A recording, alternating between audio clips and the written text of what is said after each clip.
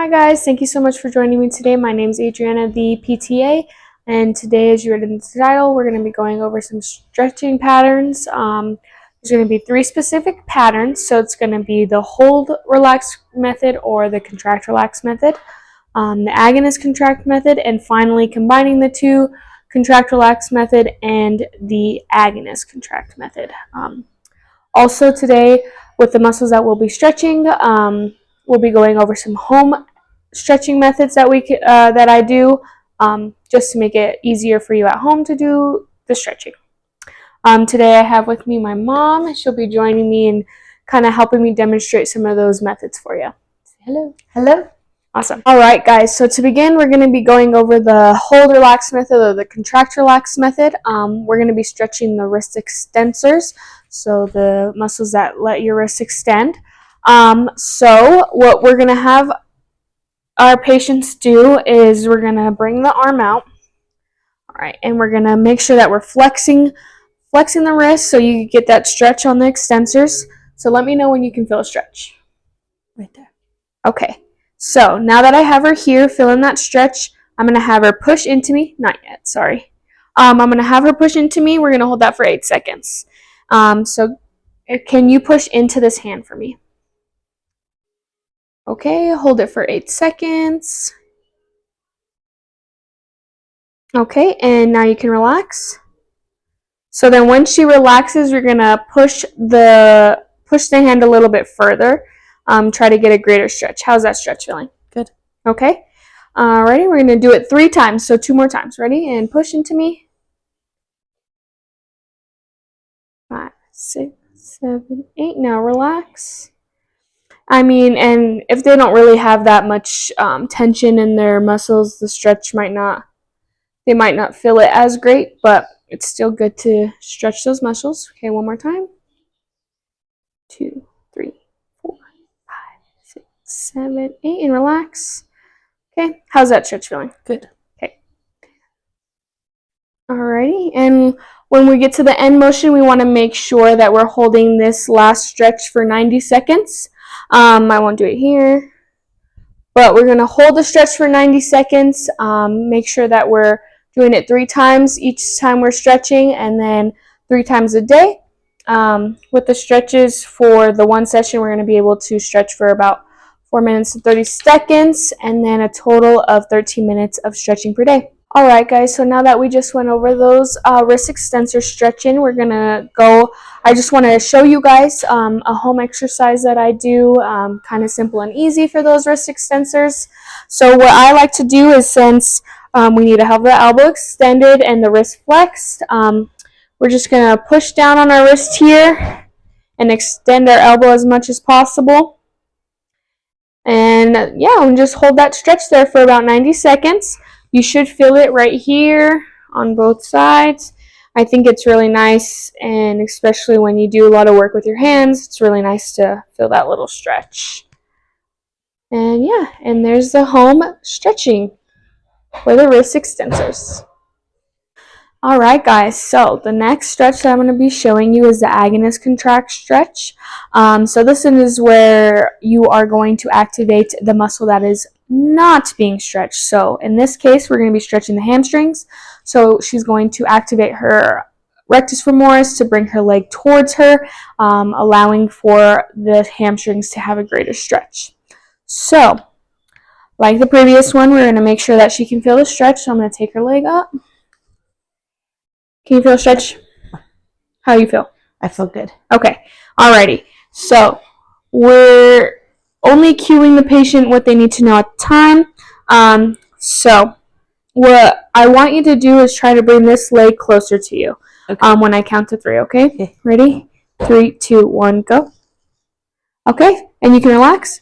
So it's important that when they contract, that you're holding their leg in that position on where they were able to go, so they can maintain that good stretch and they're not losing anything that they gained. So like the other one too, we're going to make sure that we're doing it 3 times this session. Okay, so are you ready to go for another one? Mm-hmm. Okay, so let's make sure we're bringing this up. Ready? Okay. 3, 2, 1, go. Okay, you can relax. And then again, maintaining the position that they're at. How's your stretching feeling? Good. Okay. Alrighty. So now we're going to do it one last time. Okay, go ahead and bring that leg up and relax. Alrighty, so that one wasn't as much, but she was still able to get a little bit. How do you feel now? Good. A good Okay. stretch. Yeah. Good stretch. Too much? No, it's good. Okay, good. So this will be the end place that I would want her to get to. So with this, like the other one, we're going to make sure we're holding it for 90 seconds, 3 times a session like we just did, and 3 times a day, and a total of 13 minutes of full stretching a day. All right, and relax. Now we'll be talking about a home exercise or home stretch for the hamstrings. Alright guys, so now that you watched the hamstring stretch video, I want to be able to provide you with a home stretch with the hamstrings. This one I do a lot just because I have really tight hamstrings. So to begin, we're going to make sure that our hamstring is extended, or our leg is extended. I like to do this either on a bed or even on the floor, or even on a table. It's pretty beneficial because it kind of just maintains that leg or that knee to be extended. We want to make sure that our hip is flexed, and that we're anteriorly rotating our pelvis.